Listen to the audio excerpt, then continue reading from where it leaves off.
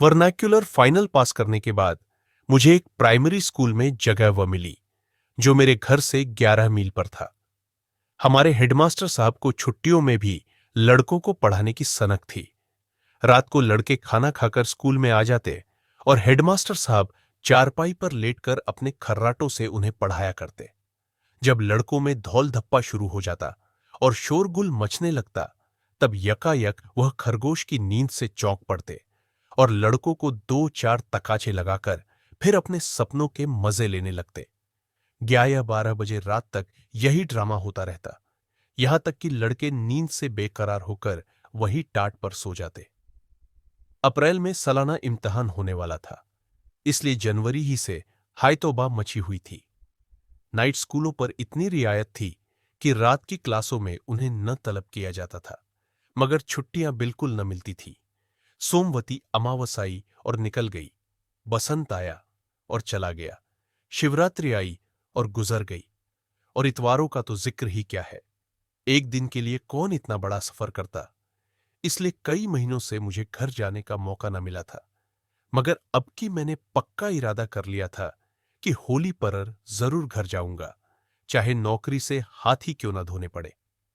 मैंने एक हफ्ते पहले से ही हेडमास्टर साहब को अल्टीमेटम दे दिया कि 20 मार्च को होली की छुट्टी शुरू होगी और बंदा 19 की शाम को रुखसत हो जाएगा।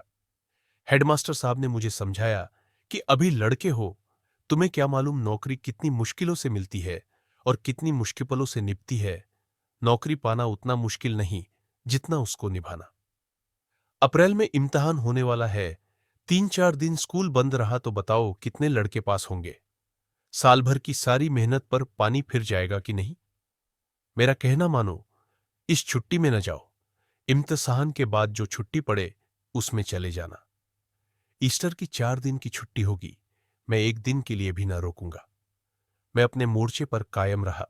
समझाने बुझाने, डराने धमकाने और जवाब तलब किए जाने के हथियारों का मुंह पर असर न हुआ।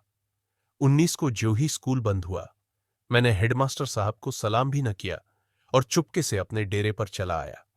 उन्हें सलाम करने जाता तो वह एक न एक काम निकालकर मुझे रोक लेते। रजिस्टर में फीस की मीजान लगाते जाओ, औसत हाजिरी निकालते जाओ, लड़कों की कापियां जमा करके उन पर संशोधन और तारीख सब पूरी कर दो। गोया यह मेरा आखिरी सफर है और मुझे जिंदगी के सारे काम अभी खत्म कर देने चाहिए। मकान पर आकर मैंने चटपट अपनी किताबों की पोटली उठाई, अपना हल्का लिहाफ कंधे पर रखा और स्टेशन के लिए चल पड़ा। गाड़ी 5:05 पर जाती थी। स्कूल की घड़ी हाजिरी के वक्त हमेशा आध घंटा तेज और छुट्टी के वक्त आधा घंटा सुस्त रहती थी। 4 बजे स्कूल बंद हुआ था। मेरे ख्याल में स्टेशन पहुंचने के लिए काफी वक्त था। फिर भी मुसाफिरों को गाड़ी की तरफ से आमतौर पर जो अंदेशा लगा रहता है और जो घड़ी हाथ में होने पर भी और गाड़ी का वक्त ठीक मालूम होने पर भी दूर से किसी गाड़ी की गड़गड़ाहट या सीटी सुनकर कदमों को तेज और दिल को परेशान कर दिया करता है, वह मुझे भी लगा हुआ था। किताबों की पोटली भारी थी, उस पर कंधे पर लिहाफ, बार बार हाथ बदलता और लपका चला जाता था, यहां तक कि स्टेशन कोई 2 फरलांग से नजर आया। सिग्नल डाउन था। मेरी हिम्मत भी उस सिग्नल की तरह डाउन हो गई। उम्र के तकाजे से 100 कदम दौड़ा जरूर, मगर यह निराशा की हिम्मत थी। मेरे देखते देखते गाड़ी आई, 1 मिनट ठहरी और रवाना हो गई। स्कूल की घड़ी यकीनन आज और दिनों से भी ज्यादा सुस्त थी। अब स्टेशन पर जाना बेकार था। दूसरी गाड़ी 11 बजे रात को आएगी। मेरे घर वाले स्टेशन पर कोई 12 बजे पहुंचेगी और वहां से मकान पर जाते जाते 1 बज जाएगा। इस सन्नाटे में रास्ता चलना भी एक मोर्चा था, जिसे जीतने की मुझ में हिम्मत न थी।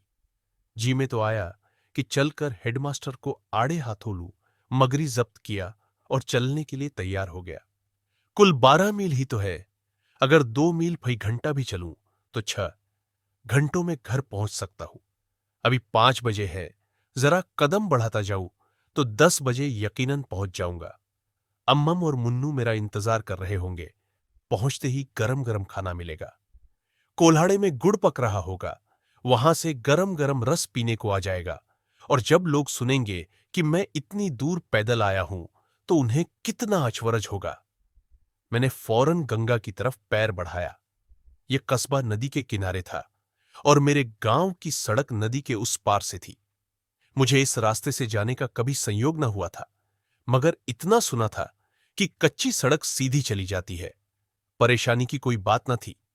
10 मिनट में नाव पार पहुंच जाएगी और बस फर्राटे भरता चल दूंगा। 12 मील कहने को तो होते हैं, है तो कुल 6 कोस। मगर घाट पर पहुंचा तो नाव में से आधे मुसाफिर भी न बैठे थे। मैं कूद कर जा बैठा। खेवे के पैसे भी निकाल कर दे दिए, लेकिन नाव है कि वहीं अचल ठहरी हुई है। मुसाफिरों की संख्या काफी नहीं है, कैसे खुले? लोग तहसील और कचहरी से आते जाते हैं और बैठते जाते हैं, और मैं हूं कि अंदर हीर अंदर भुना जाता हूं। सूरज नीचे दौड़ा चला जा रहा है, गोया मुझसे बाजी लगाए हुए है। अभी सफेद था, फिर पीला होना शुरू हुआ और देखते देखते लाल हो गया। नदी के उस पार क्षितिजों पर लटका हुआ जैसे कोई डोल कुएं पर लटक रहा है। हवा में कुछ खून की भी आ गई, भूख भी मालूम होने लगी। मैंने आज धर जाने की खुशी और हड़बड़ी में रोटियां न पकाई थी। सोचा था कि शाम को तो घर पहुंच जाऊंगा। लस्सी लाओ, एक पैसे के चने लेकर खा लूं। उन दानों ने इतनी देर तक तो साथ दिया, अब पेट की पेचीदगियों में जाकर न जाने कहां गुम हो गए।